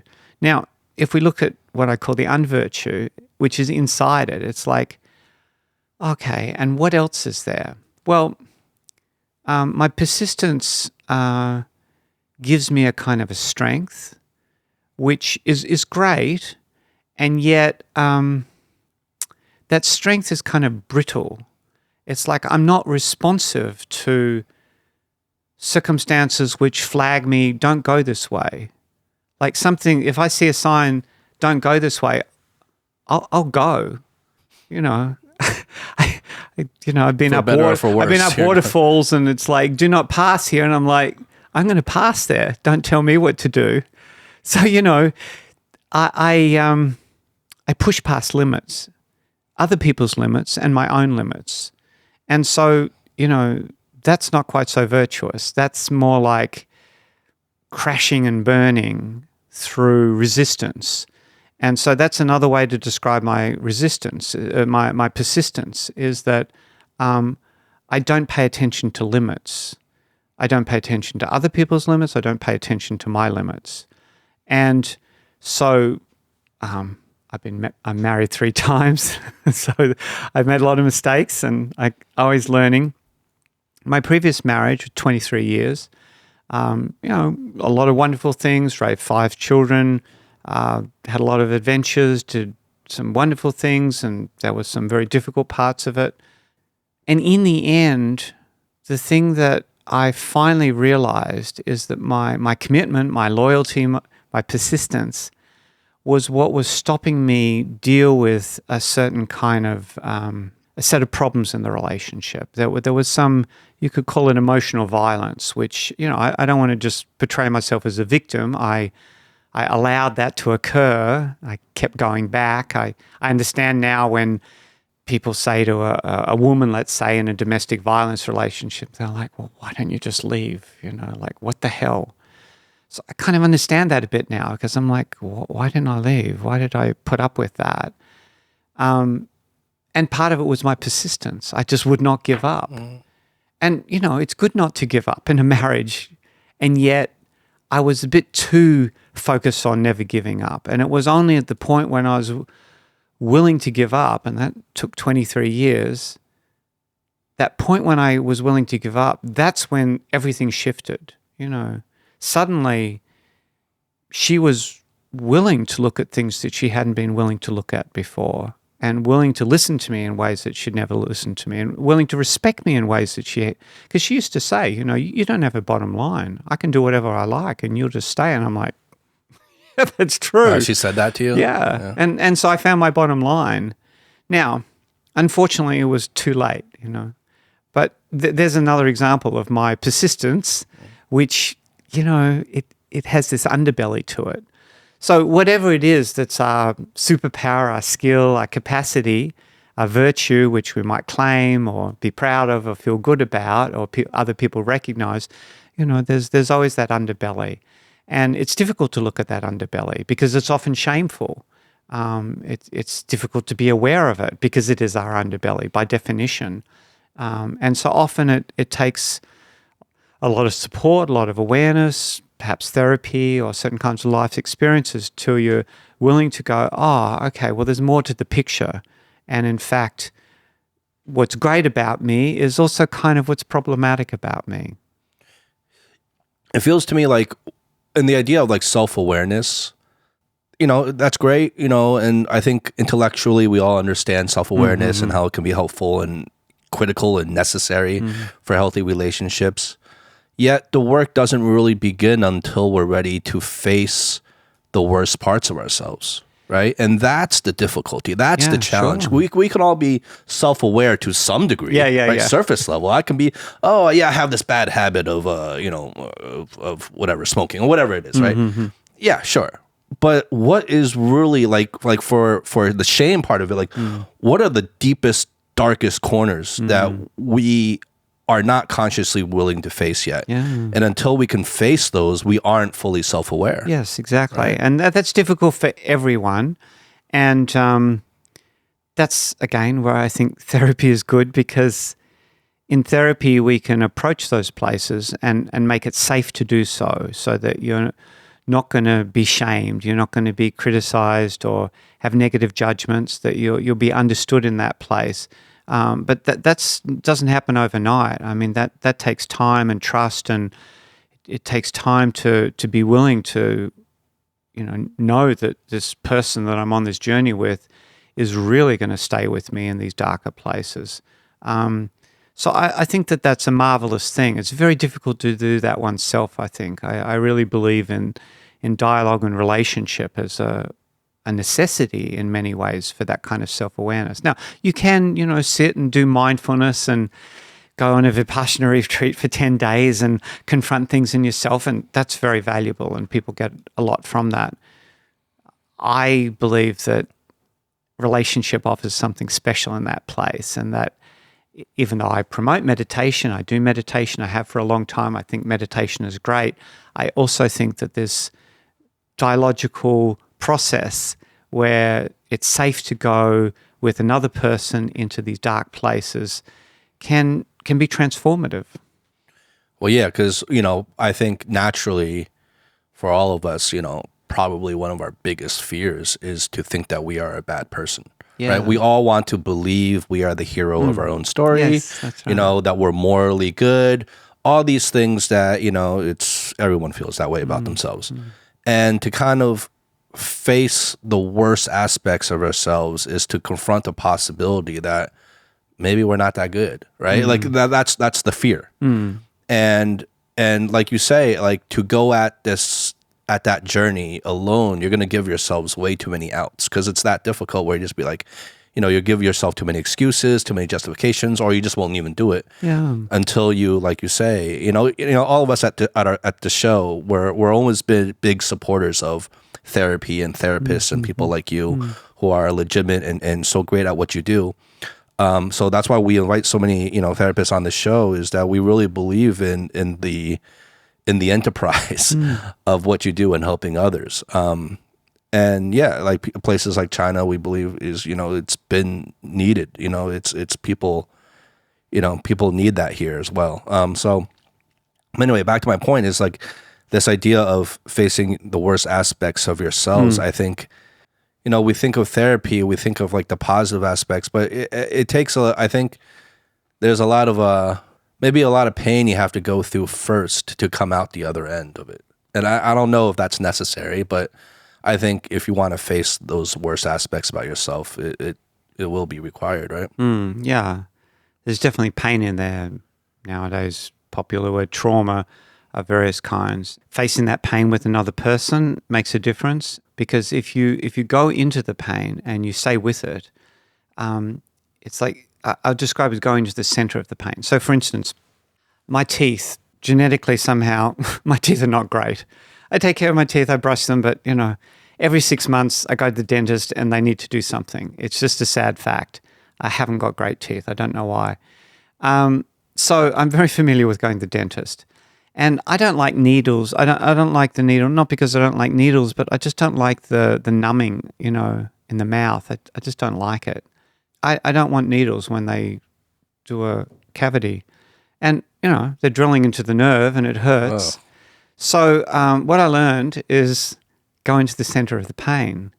So they drill and I go into the pain. I don't try to avoid it or distract myself. I go right into the heart of the pain. What does that mean? Like you focus on the pain? Yeah, I focus on the pain, but it's like not just from the outside. It's like I enter into the pain and I enter into the most painful tip of the pain where they're going into the tooth. And it's like I just keep my awareness right at that tip and I feel the pain. And it's like something happens where I find when I do that, it's like I get inside the pain, and then in some weird way, it doesn't hurt. It almost doesn't hurt. The pain's still there, but it doesn't.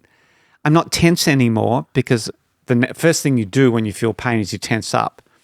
So if you can feel pain and relax, it changes. Now, another example, which is it like accepting the pain? No, that sounds too cognitive. It's like really being in the center. It's like being in the eye of the hurricane. Maybe that's Did you learn this from somewhere? No, I just didn't like the numbing, and then I decided to try it. I must have read somebody somewhere did something without dentistry, without needles, and then I talked to my dentist. I had a very good dentist at the time, and he said, well, just wiggle your toes. It was great advice, because then I stopped tensing up. I kind of come back into my body, relax, wiggle my toes, stay present, because you've got to stay in your body. You can't disassociate. I mean, some people do it by just completely disassociating, but this is a different process.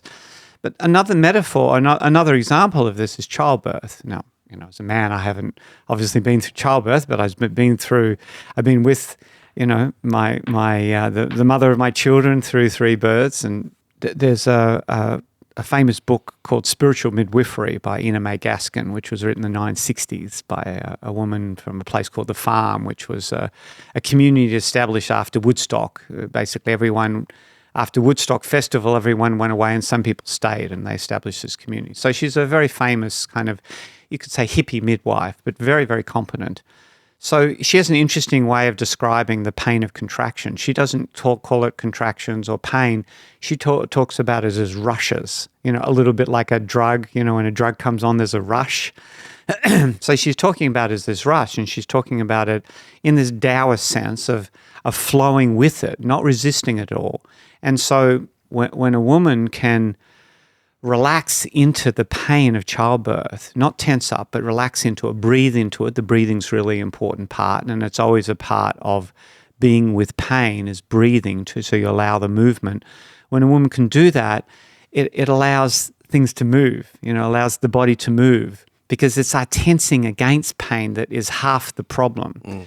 So when you can relax, when you can be with it, when you can be in the center of it, then you can, as Ina May Gaskin describes, kind of ride the wave of that pain. It's a bit like, I use another metaphor, like surfing. You're riding the wave. You're just on the edge of the wave. There's a huge force.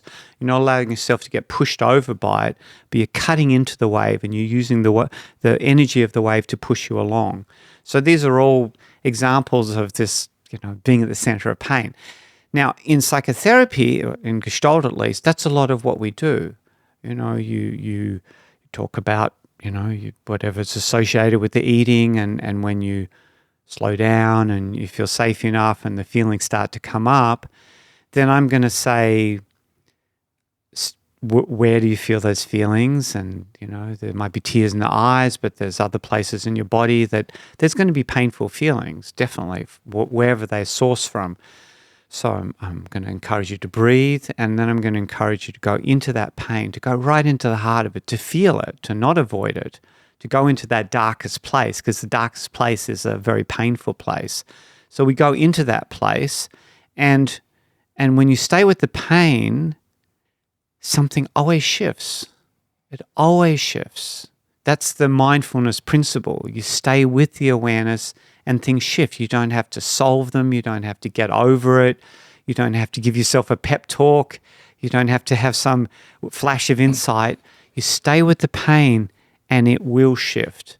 And that's true of depression too. People get stuck in depression. But depression isn't some magical, spell that you fall under that gets solved by a couple of white pills.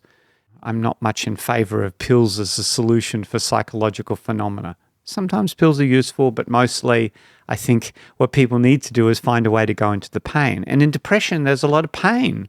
There's more pain than a person can handle. It's the same thing. We go into the pain. We bring awareness into it. We open the gate. We lift up the carpet. We find the pain. We go to the heart of it. We stay in the center of the pain. We breathe with it. And then something shifts. It always shifts. That's the beauty of this process. That's where the solution is not in some hack. The solution is right where the problem is, in the center of the pain. But as you say, it's very difficult. We want to run away from it, or don't know how to handle it, or afraid it's going to floor us or something. And it seems like people who commit suicide or something get overwhelmed by pain, but they don't.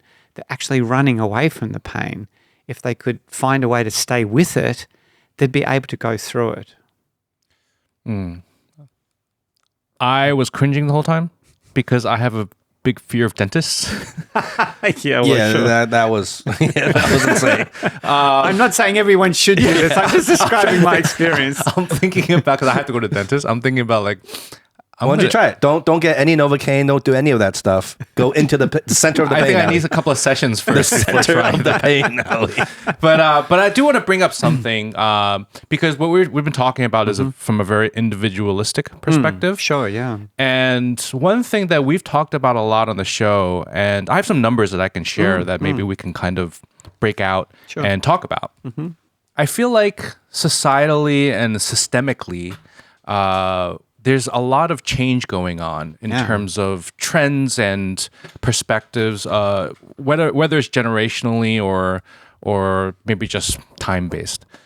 Let me share some stats with you, and I think that maybe we can kind of break down, and I'm curious what you think. So I was looking up some numbers, and one number I want to share is in 2025. This is a U.S. number, National Dating Landscape Survey, which is actually governmental. 5,275 unmarried young adults ages 22 to 35. 74% of women and 64% of men reported not dating or only dating a few times in the last year, Wow. Yeah. which is enormous. It's a crazy number. Yeah. Right?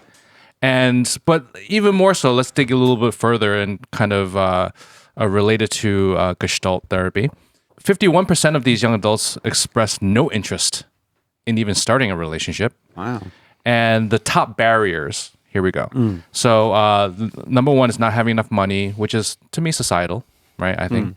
Then lack of confidence, and then bad dating experiences in the past. And these are like really high reasons. So you kind of get down to, we can break it down to individualistic issues and obviously personal experiences. But I also think societally and foundationally, systemically, there is an effect that probably really pushes people to react a certain way or think a certain way. I mean, how does that relate to what you practice? Sure. Yeah. I mean, I think these are important statistics, and in Gestalt we also draw on something called field theory, which is akin to system theory or chaos theory you might have heard of. It's basically understanding, rather than trying to understand a problem, a person's problem, from within them, what's inside, what's going on in your head or your heart, it's understanding them in context. So a lot of people's individual problems are contextualized by a family that they grow up in, and if you look at the family context, then what's going on with the individual makes a lot of sense. And then you can keep going out, contextualized by social and cultural contexts and historical contexts and economic, and all these things influence people. Everybody is influenced by elements of the field. They're like the water we swim in, the atmosphere that we're breathing. So understanding people and what's going on also involves that, whether it be your current context, your work context, the culture you're in, the values of the current society, or the values you grew up with, or the experiences. Like I say, we can go out and out. So I think it is very important to understand things from that perspective as well. It's a completely different way of understanding, and it takes the focus off of the individual and off of the individual and their problems, and looks at things more at a larger level. And then also we can think about, well, what kind of therapy does the society need, given that these are widespread problems that a lot of individuals have a similar kind of issue. Something's going on in the culture or in the world, and what is it? What is it that leads to the lack of interest, the huge lack of interest in dating at all or relationships?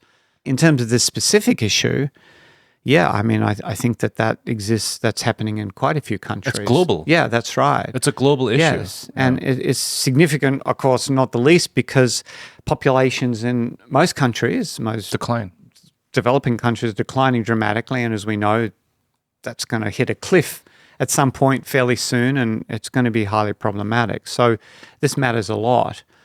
I mean, my sort of social and psychological understanding, not that things haven't been going wrong for a long time. Back in the 1960s, Rachel Carson wrote Silent Spring. That was one of the first books alerting people to the environmental crisis.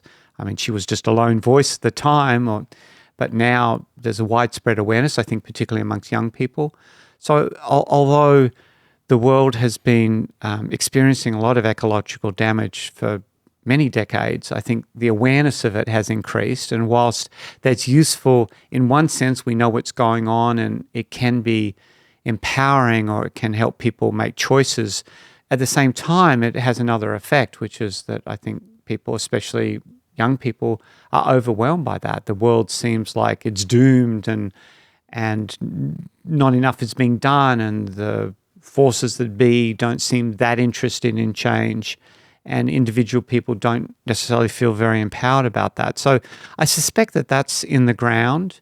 And a woman called Joanna Macy, who was dealing with another issue, which was a social issue back in the 1970s, which was the fear of a nuclear war, because, you know, this was like post-Cold War times and nuclear proliferation. was kind of maxing out in the 60s and 70s. And a lot of people were, at that time, very afraid of the end of it all, the end of humanity. And indeed, there were some incidents that came pretty close to that. So that created a particular kind of demoralization among young people at the time. They felt despair. And she wrote a book called Despair and Empowerment in the Nuclear Age, which was addressing this issue. And what she did is she developed these sort of workshops and processes where people would sit with each other and they would talk about their despair, about the world, and they would, listen to each other. And then she had these exercises to connect people. I was telling my students the other day about this. One of the exercises, the hand exercise, where you take another person's hand and you really look at it and you look at the lines and you consider what they've been through and the history of their hand and how, it's a hand that represents the hands of many thousands of generations of people. And so really get in touch with people's humanity. And these sort of exercises help pull people out of despair, not by, lecturing them or educating them or trying to inspire them, but by giving them a sense of connectedness. It's like grounding them. That's right, exactly. So that was back in the 70s, and I think that there's... Seems very relevant today. Yeah, that's right, except it's no longer so much the nuclear war as the environmental destruction. But also the nuclear threat. Well, It's always lingering there. It's, obviously war is looming in all sorts of places at the moment. So, there's the destructiveness of humanity. So I think that the environmental thing is one thing and people don't know how to deal with it and there's no support really, and every time they look at the news there's something else. So I think that's one element. And, we've moved a long way in the West from, the 1950s where there's still that first stage model of marriage and family and what you're supposed to do and how roles... Nuclear family. That's right, how things were supposed to be. And China has also had its evolution out of those traditional ways of being. And we've had feminism and changes in society. But I think that that's produced a sort of a lostness where to many degrees now people don't really know, well, what is a healthy relationship or how do I achieve it? Look at my parents, divorce is much more common. A lot of marriages don't make it. And kids go, and my own daughter is like, well, where's the role models? I mean, fortunately, my second daughter, she's got a fabulous relationship, just wonderful guy. But she said, she looks around all her friends and she doesn't find any inspiring examples. So that's difficult. Yeah. So young people are much more willing to question. They don't feel the automatic, you have to get married and go through the whole thing. They're much more individuated in a sense, and therefore less willing to bow to social pressure. But without the social pressure, without the expectations, without the traditional roles, then why would I do this thing that doesn't seem to be very successful? So I think that's part of the demoralization. Also a lack, accompanied with that, a lack of knowing what to do. How do you have a healthy relationship? And who has a healthy relationship? And well, there's a lot of voices. Well, there are. That's the issue, right? Going to your point of that confusion, right? The lack of role model. Who do I listen to? Do I listen to Andrew Tate or do I listen to right. my father or whoever, right? Yeah. It's what makes me really curious is because you've been practicing for decades, right? 40 years. That's right. Right? Yeah. For 40 years or so. And that's, you're also going through a generation, right? In that sense, pulling from this vast experience, and also what I alluded to in the right when we started recording, globally, right? In Asia, in Australia, in North America, Europe, culture differences that takes a huge part in forming one's perspective in your own individuality, but also in relationship. But let's put this all together now. So we're talking about the individual and how one's individuality affects relationships and how you view yourself. And then we just touched upon societally, globally, right? The factors of what we're facing in life, whether it's environment or social media or anything like that. And then also now culture. So for example, what I'm trying to get at is coming from America, moving to China, we've talked many times of how we had to find, whether it's compromises or or realizing the differences of communication patterns or expectations in a relationship, for work, for love, and finding that balance or finding that way. Now, with all these different noises, how do you practice your message using that vast experience of multicultural, the societal, and the individualistic? The way that I put these things together that you're describing, all of which are important to me, all of which I'm interested in, is that I think that we can, in Gestalt, we call it threading through the layers of the field. So we can move from the individual and your personal experience out to the family, out to the society, and back again. And it's like if you just stay at one level, then you get insights or you can make some interventions, and that's relevant.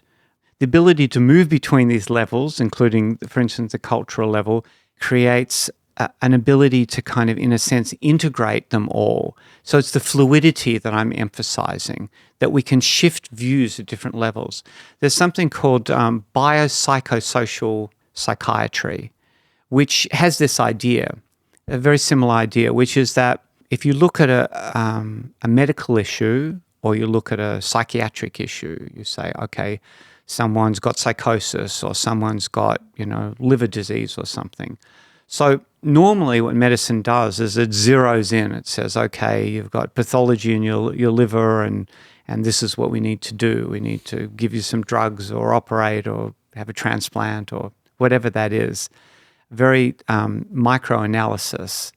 However, if you zero out, then you can say, well, what's the lifestyle that led to that liver problem, and what's going on in the person's life where they ended up with that liver problem. And we can go to a social level where we go to, well, how is that particular problem part of a social dynamic? So this biopsychosocial model says that we can analyze something at each level and get information at each level, and that helps us have a holistic response, because really something needs to be, an intervention is required on each of those levels. They're not mutually exclusive. If we just deal with your liver issue, that might help you, but it doesn't address these other levels. If we deal with public health, education, that's great, but it's not going to deal with your problem right now. So, that's my answer, is that I like to keep this perspective, this ability to move between these different layers and to see that each problem you can thread through these different layers of the field. Yeah, that's clear. That's a psycho. Is that biopsychosocial, it's called. Biocycles. I love that. Because, I actually kind of prefer that term over like what might be commonly used as like holistic, right? Because I feel like the at least to me, right, the label, or there's been a stigma attached to like the term holistic a little bit, because some people hear that and they think like woo woo, right? Like, this woo woo stuff, these crystals and bells and or whatever. That's right. But bells.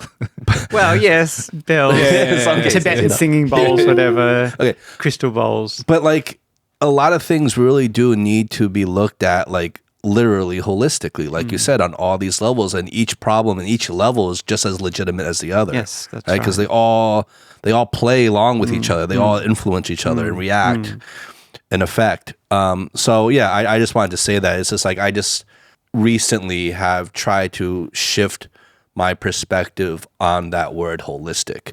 And to me, it means something way more important and real now to me than, let's say, it did before. I just wanted to say that. Yeah, it's a word that sort of got into whatever social media, and it's become one of those sort of buzzwords, and it's used to sell vitamins or whatever. Yeah. So yeah, it's become a bit superficial, as many things do when they get into the general discourse. And there's a particular type of thinking called systems thinking, and that's the ability to see things synergistically. So analytical thinking, breaking things down into the component parts. So classic examples of bicycle. There's a bicycle has a hub, and it's got spokes and a wheel and a tire and handlebars. But if you break it down, those component parts, that's not a bicycle. A bicycle is when you put it all together, and the whole thing's a bicycle. But what is a bicycle? Well, you can't define it by the parts. You can say those parts are necessary, but which parts can you take out and it's still a bicycle? So there's some emergent quality, we call it, which is what systems have, is they have an emergent quality. So analysis is useful and important and gives us a kind of a rational, often scientific mode to understand something. We can also understand things in terms of synthesis and their emergent qualities. So people often develop analytical skills, but the ability to have those synthetic skills, that's less common, to think in that way, in that we call it in Gestalt the field way, to think in terms of, so for instance, we talk about causality. So let's talk about a classic fight between a husband and a wife. You know, he's like, "You're always nagging me," and she's like, "Well, you always drink too much. I nag you because you drink too much." "Well, I drink too much because you're always nagging me." You know, so you can talk about causality as this causes that. Why is this so? Because of that. But that's one way. Whereas in, I think, a complex world, causality is always multiple.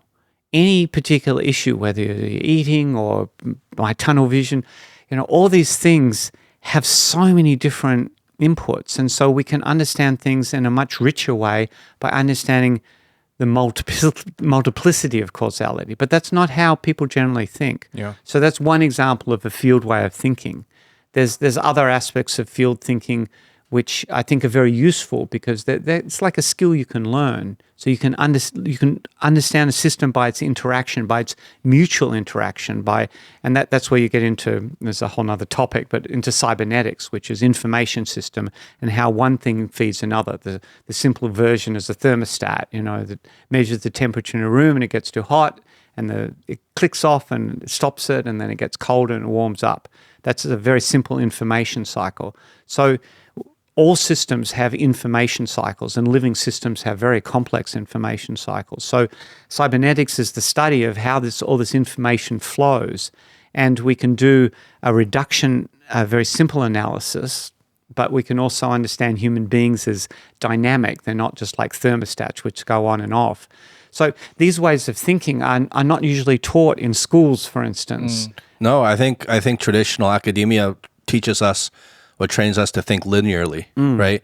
A equals B equals C, like A causes B causes B. And like, I think in like talking about things like causality, I think, you know, that's how we process so much of the information around us, whether it's stuff with ourselves or things we see around us or even politics. We just think very linearly in terms of A happens, so B, then C, then D. But in reality, it's more of a web, right? Yes. It's not a linear line. It's a very complex web of things that are all acting on each other in multiple directions simultaneously. But that's very complicated, and that, you know, hurts our brain to think about on a daily basis. So we reduce everything to kind of this linear kind of projection of it, this linear image. It's almost like making a meme out of the actual reality. And just so it's easier for us to comprehend, but it can be very misleading to think like that all the time. Yeah, I love your metaphor of the web, and I think that that's a great encapsulation of what we're talking about. All these threads connected together, you pull on one bit, it affects everything else, and you can only understand the web as this interconnectedness, and interconnectedness is indeed one of these key words in systems theory or field theory. We understand how all phenomena is interconnected, and you can't just isolate something and imagine that you can intervene here and it's not going to affect everything else. Yeah. It makes me think as a joke, because we were talking about the memes and like social media, like top 10, whatever. Like the joke is like, okay, now that we just said all that, give me the top 10 like ways to improve your relationship from a Gestalt perspective. Like it doesn't work that way because you can break it down to factors and maybe common denominators based off of biology or anything like that. But I think what my summary is, you can't break it down because everything is so individualistic, based off of your own experiences, but not limited to that because of your environment and culture. That's right. And, you know, of course, people need not to get lost because you can get lost in the web and it's like, oh my God, well, where do I start? So there are things you can do. We've talked about awareness. We've talked about feelings. On this more complex level, systems thinking, field thinking, holism. Yeah, what is it that people can do? Well, firstly, on a very practical level, stop using the word why. So in Gestalt, we don't like the word why, because for several reasons. Firstly, on this, in terms of what we're talking about, why? Because that's linear causality, and that's just reducing whatever the problem is to something which is way too simple. Why are you late? Oh, there's too much traffic. That's not really satisfying. Why you're late? Well, but you're often late. Like I am thinking about it. One of my previous students in Australia, she was often late to class. And rather than ask her why she was late, because I really wasn't that interested, I didn't want a simple explanation. I'm like, tell me about lateness. You're often late. What's going on with you? Tell me. What happens? What are you doing before you leave home? She's like, well, I like to sweep the floor and make sure everything's tidy. I'm like, yeah, well, I can understand that. And you're doing it in a way that you're late. So tell me more about that. So we started exploring this, and it kind of came down to, on one level, she likes being late. She likes doing things at the last minute. She loves that sense of rush. It gives her some like excitement and a little bit of defiance, like I'm not going to be a good girl. So yeah, stop asking why, because it's not helpful. Also, we don't like why in Gestalt because we're interested in statements rather than questions, because they're more solid. You're late and I'm pissed off. That's much crisper and a cleaner communication. So, that's one simple example where you can adopt a broader way of being and thinking if you stop asking why, or you stop trying to figure out why, because again, that just leads you down a linear road. I think that kind of goes against the high context societal, like Chinese society is very high context, so you have to read between the lines. You're not going to be asking why. You're supposed to read between the lines and get to that conclusion on your own. Yeah, I mean, kind of way. The interesting thing about societies like China is that they are very web-based. They're not so focused on the individual, and they do pay more attention to the fabric of interconnectedness, and that's a strength here, I think. And in that sense, I think people here can learn that more holistic way of thinking if with a little bit of help, because they're already sort of familiar in a way with paying attention to that complex spider's web. People here, though, in my experience, in families, they often ask, they often use why in an attacking and interrogative way. Why aren't your marks better or something? Mm-hmm. So there's a lot of use of that question in an aggressive way. That's also why I'm not that keen on the word, because it tends to be something to kind of hit the other person over the head with. So I'm always correcting people here. Yeah, it's almost as if they're using why as in a replacement for how could you. Yes, well, right? That's right. Or even more direct, I don't like it, or I'm unhappy with. Yeah. At least that there's something personally owned. And that's one of the keys in any therapeutic process, is the ownership of communication, rather than make it about you or attributing the fault to you, which is also causality. It's bringing it back to myself. Who am I in this? What do I want? What do I feel? What's the impact on me? I mean, it sounds kind of selfish. However, it's a much better starting place. If I let you know what's happening with me, then I can actually move away from criticism, rather than saying, you're inconsiderate, you don't think of my needs. I can say, when this happens, I feel sad and upset, and I'm not getting the care that I want from you. So that's how we convert a criticism into a self-statement. Do you ever get pushback with some of these individualistic angles in China? I wouldn't say pushback. It's not that familiar in some ways in the culture, although obviously things are rapidly changing and people are a lot more individually oriented now changing, than they were 50 years ago. But still, it's not so much pushback. It's just that I'm introducing a perspective and a set of values which is kind of outside the culture in many ways. Because I say, well, what do you feel and what do you want? And that's not a question people are used to hearing. So it's kind of new, it's a bit fresh. Usually people appreciate that. They like someone's paying attention, someone's interested in them as an individual rather than how they can subsume their needs to, harmonize and fit in with everyone else. So what I'm doing is countercultural, asking the question about culture before. And I own that. I say, look, I'm a Westerner. I'm coming from an outside perspective, from a psychological perspective, which is oriented around a valuing of the individual and their feelings. So I understand that I'm kind of crashing through cultural norms and assumptions here. And I'm doing not because I'm necessarily saying this is the right way. I'm just inviting you to explore this and see what it's like for you if you pay attention to yourself in here rather than just immediately setting yourself aside. What's interesting is we are seeing a change, like you said, here in China, even statistically from the lower birth rate in the country. That usually attributes to one's own individuality to make that decision as opposed to from a familial like piety, like I want to continue the family name or etc. No, I want to live my life my way. Yeah. And that may be due to financial reasons, then that's maybe beyond their own individualistic reasons, right? But also I don't want kids. I want to live my life. So that's a trend that's definitely big globally, but funny enough, in China is one of the biggest differences now if you compare 10 years ago. Yeah, sure.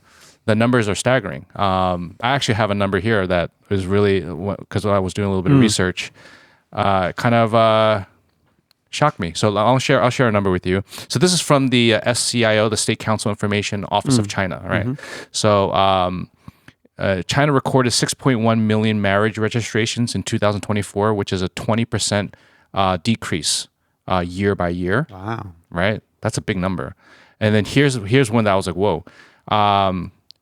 Number of people aged 20 to 39, 20 to 39 dropped from 435 million in 2013, which is just 13 years ago, to 371 million in 2023. So that's a 10-year difference. That's a decline of 64 million people in just 10 years. So of marriage registration? No, people ages 20 to 39. Oh, the numbers of people. The number of people. Okay. So I'll repeat it one more time. So you're talking about demographic. Demographic. Population of that? So reduction 435 million 2013 to 371 million 2023 in 10 years. Talking about population. Population. Okay. So reduced 20 to marriages, 30, 20 reduced to 39. population. Yeah. Yes. It's a so thing. so it's because of the reduced marriage, because of less childbirth, it's going to affect, right? Now, what's interesting is you have the individualistic nature of people deciding, I don't want marriage. I don't want kids. I just want to live my life. I want to travel. I want to, you hear it all the time, especially with young people. You just said your daughter is saying, I can't find the right mate. There's a lot of attributing factors to coming to that sort of conclusion for a young person. So it's very interesting because you're just saying how you're coming in from that Western perspective and you're saying it's not really pushback, but people are just sort of opening their minds to this. And I think it's actually bigger than that even because it is happening statistically that this country is changing its perspective. It's very fascinating. You mean people are becoming more individualistic? Yeah. It's fascinating. Yeah, it's true. And it's got serious social consequences, population consequences. Yeah, I think that in some ways, like we've lost a social way, if you like. People are trying to find the individual way, but we've lost there's a loss of social purpose. Obviously, things were very different 50 or 60 years ago. There's a strong sense of social purpose, and that's evaporated, and now there's materialism and acquisition, or there's, some people are interested in gathering experiences and travel, But I think collectively there's a loss of purpose. And, in that sense, society has kind of broken down in a bunch of ways. There's still people embedded in families, but even that's changed in many ways. So, yeah, on that broad level, the question is, what kind of social sense of purpose do we need to develop collectively as a society to inspire people to this is all worth doing and it's worth having kids and it's worth contributing to the society rather than just being with yourself and your needs. So I think something new has to emerge socially, culturally. And China is obviously a very dynamic society that evolves very rapidly. So I think it's got a lot of potential to move in that direction. But I don't think that it's found that direction. I think, here as in many countries, you're giving the States as a similar example. People are losing their way. Young people are losing their way because they don't have that collective sense of value. And all that's left then is the individual. And whilst I support people to be themselves, I think these larger questions are important too, the sense of place in the family and the sense of place in society. Yeah. And I think, that's being lost. And so that's a great big political, social question. How do we build a society where people have a sense of place and they have a sense of being valued and contribution and they want to bring their children into a future? Yeah, it's a sense of purpose. And I know I've said this. I think you've said this as well before, Justin. After having children, the sense of purpose changed. Totally. And I went from somebody who only thought about oneself, even in a married relationship, to someone that mostly thinks about themselves. to 99% thinks about himself. So I reduced by 1%. No, but what I'm saying is that, your whole perspective changes once you have children. Sure. Now, obviously, this level is different for everybody, right? And for me, it was a bit bigger, that change, that reaction. It was quite big. But it's almost as if I'm on this pedestal now, yelling out to everybody, have kids. Yeah, Great. This changes you. Yeah. It really turns you into somebody that just needs to think bigger than yourself. I completely agree with you. And I often say that to young people who are facing these kind of questions. And the way that I put it is this. I think having children is like an initiation. It's like you go from one state of being to another, and it really does transform you. It transforms who you are and your perspective on the world and your relationships, everything. And I think there's value in it almost for that reason alone. And I guess part of what's happened as well in many societies around the world is, traditional values, traditional rituals have been lost. Even the marriage ritual, which used to have its own robustness, both in the West and in China and such. I mean, those old rituals are gone. And the new rituals don't always have the same robustness or depth. So at the same time as people can find variety, which is great, these rites of passages, as they're called, have diminished. Now, in China, obviously the Gaokao is a rite of passage. And it's a huge rite of passage, but it's one that's accompanied by a lot of anxiety, and it's often not a positive experience, including if you don't get the mark you want. So as a rite of passage, it's kind of problematic. That's one example. Having kids is a rite of passage, but I guess it's not understood anymore like that. But I personally like to portray it as that, and the way that I would want to inspire people and try to do is in those terms. This is something that's going to change you or transform you for the better. It's not about, do you have enough money, or I don't think those questions are relevant. The question is, are you ready to become a bigger person?